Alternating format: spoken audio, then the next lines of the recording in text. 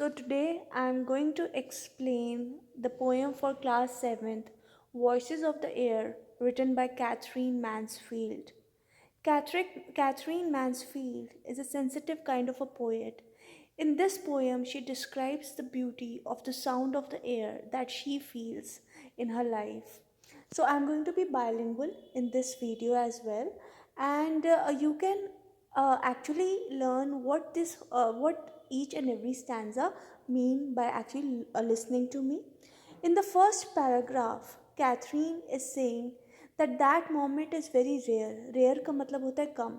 वो पल, मोमेंट का मतलब होता है वो पल, वो मोमेंट, वो समय बहुत ही ज़्यादा रेयर होता है जब फॉर नो कॉज है, मीन्स कि जब बिना किसी बात के मैं थोड़ी थोड़ी हवा की आवाज़ें सुन सकती हूँ.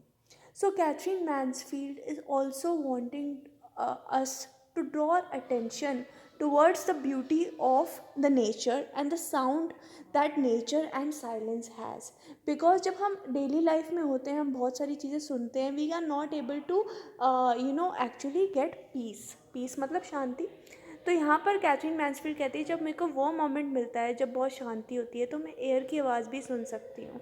Sound above all the sea and wind. कहते हैं वो जो आवाज़ होती है, it is above all the sea and wind that she can hear it. ठीक है, तो little voices of the air, वो यहाँ पे जो आवाज़ें बता रही हैं, maybe she is feeling these kind of sounds near the sea. Because sea के पास जो ब्रीज फ्लो करती है, जो विंड फ्लो करती है, उसकी आवाज़ अलग तरीके की होती है. इन द सेकेंड पैराग्राफ वो कहती हैं कि जब हवा वहाँ से चलती है तो ऐसा लगता है कि सी एंड विंड उसको ओबे करती हैं. यहाँ पे किसको ओबे कर रही हैं सी एंड विंड? वो एयर को ओबे कर रही हैं.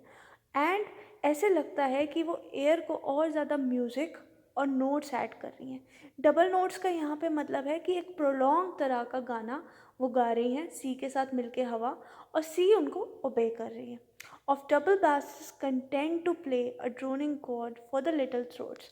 ठीक है, तो वो ये भी कहते हैं कि ये जो डबल बासेस हैं, डबल बासेस मतलब ये जो वायलिन है, ऐसे लगता है कि सी वायलिन बजा रहे हैं और वो बहुत ही ज़्यादा कंटेंट मतलब सेटिस्फाइड है. ये धीमी धीमी आवाज़ पे ये हवा को आवाज़ें देने के लिए यहाँ पे लिटिल थ्रोट्स एयर को पर्सोनिफाई कर दिया गया है. पर्सोनिफिकेशन का मतलब होता है जब हम किसी नॉन लिविंग थिंग को एक लिविंग बीइंग की क्वालिटी देते हैं. तो यहाँ पे लिटिल थ्रोट्स हैं, ये हवा की आवाज़ें, हवा के गले. The little throats that sing and rise up into the light with lovely ease.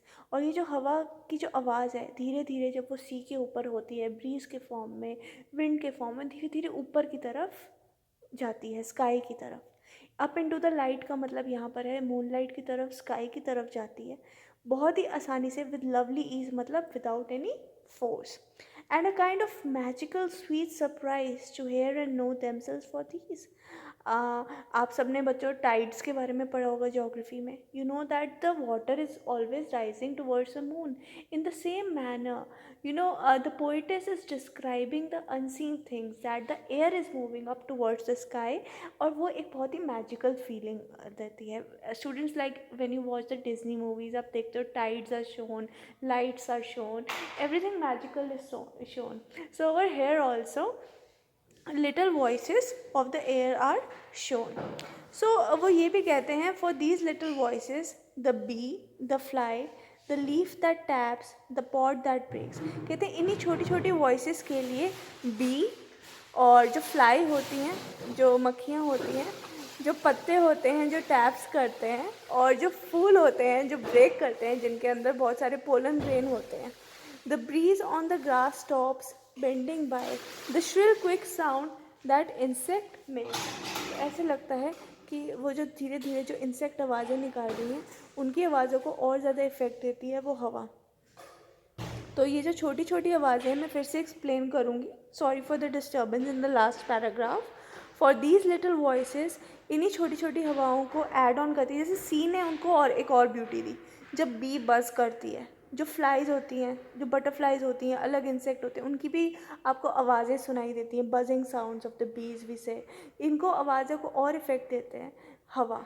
In fact छोटे छोटे नेचर की चीज़ें जैसे पत्ते जब आप गार्डन में जाते हैं, आपने देखा होगा पेड़ जब हिलते हैं तो पत्तों की आवाज़ आती है. स्कूल में भी if you have a garden around you, और जब मैम बोलती है साइलेंट तो आपको वो सुनाई देती है। तो कैथरीन मैन्सफील्ड यहाँ पे एयर का जो कॉम्बिनेशन है नेचर के साथ, चाहे वो सी है, चाहे वो लीव्स हैं, चाहे वो फ्लावर्स हैं, चाहे वो बीज हैं, उनके साथ देती हैं। तो वो जो वही ब्रीज जब ग्रास टॉप पे होती है, bending by the shrill quick sound that insect make, और जब इंसेक्ट ग्रास पे बैठता है तो बहुत ही ज़्यादा श्रिल एंड क्विक मीन्स बहुत ही ज़्यादा फास्ट साउंड आती है इंसेक्ट की, वो भी आप सुन सकते हैं। And that is really gives a lot of peace to us.